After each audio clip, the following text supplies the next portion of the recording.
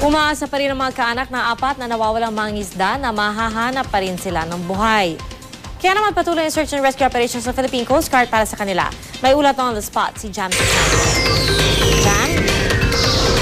Yes, Pia, isang linggo matapos mabangga ng dayuhang barko ang sinasakyang bangka ng 8 mangingisda na Pinoy. Patuloy pa rin na pinaghahanap ng Philippine Coast Guard ang apat na nawawala. Pasado alas 8 ng umaga nang lumipad ang Philippine Coast Guard chopper na magsasagawa ng aerial survey para hanapin ang apat na mangingisda. Ayon kay Lieutenant Jomark Angke, Operations Officer ng PCG Northwestern Luzon, alas 6 ng umaga naman pumalaot ang PCG tugboat na maghahanap sa mga mangingisda sa baybayin ng Ilocos. Tututok daw sila sa may baybayin ng Lawag dahil base sa kompetasyon ng PCG, pahilaga ang direksyon ng alon mula sa Bolinao, Pangasinan kung saan nanggaling ang bangka ng mga mangingisda.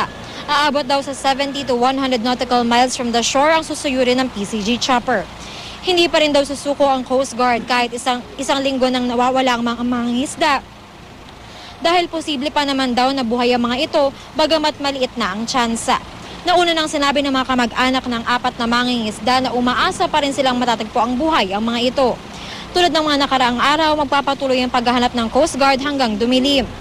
Bagamat hinihinalang ang Hong Kong registered ship na MV Peach Mountain ang nakasapu sa bangka dahil namataan ito sa may Zambales 4 na oras bago ang insidente, bine-verify pa rin daw ito ng Philippine Coast Guard. Narito ang pahayag ng Coast Guard.